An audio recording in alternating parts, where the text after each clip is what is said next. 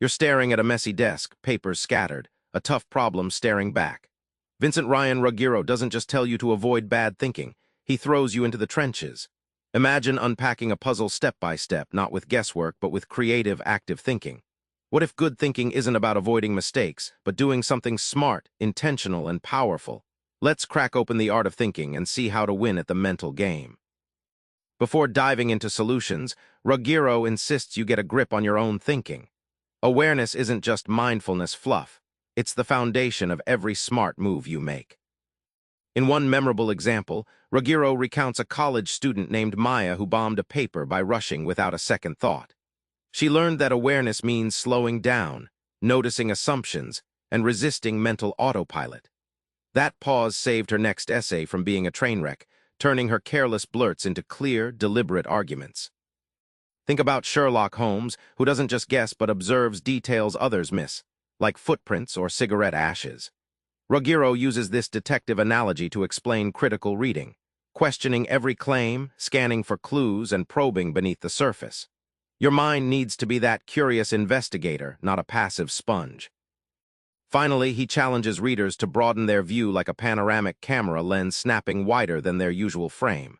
By purposely exposing yourself to new ideas, different cultures, disciplines, or debates, you shake loose your mental ruts. The surprising payoff: your brain builds unexpected connections, making your thinking richer and sharper. Creativity often gets pigeonholed as artsy nonsense, but now Ruggiero flips the script. Here's how creativity supercharges your problem-solving muscle. Ruggiero shares a story of an advertising team stuck on a dull campaign. Their breakthrough came when they stopped assuming the problem was lack of ideas and instead boiled it down: how to get customers to actually notice their brand. Expressing the problem crisply helped them focus efforts like a laser, not a scattergun. He then compares searching for ideas to gold mining, sifting, digging, facing lots of dirt before finding nuggets. You don't hit gold every try, but persistence, curiosity, and open-mindedness pay off. This metaphor reminds you creativity thrives on relentless searching and welcoming weird ideas. The reward: your brain runs on novelty and connections. Feeding it a banquet of wild, oddball ideas sparks combo moves of thinking that no stale approach ever could. Imagine your mind's like a jazz band, riffing improvised brilliance once you feed it diverse notes. After brainstorming, the hard stuff kicks in: criticism and persuasion.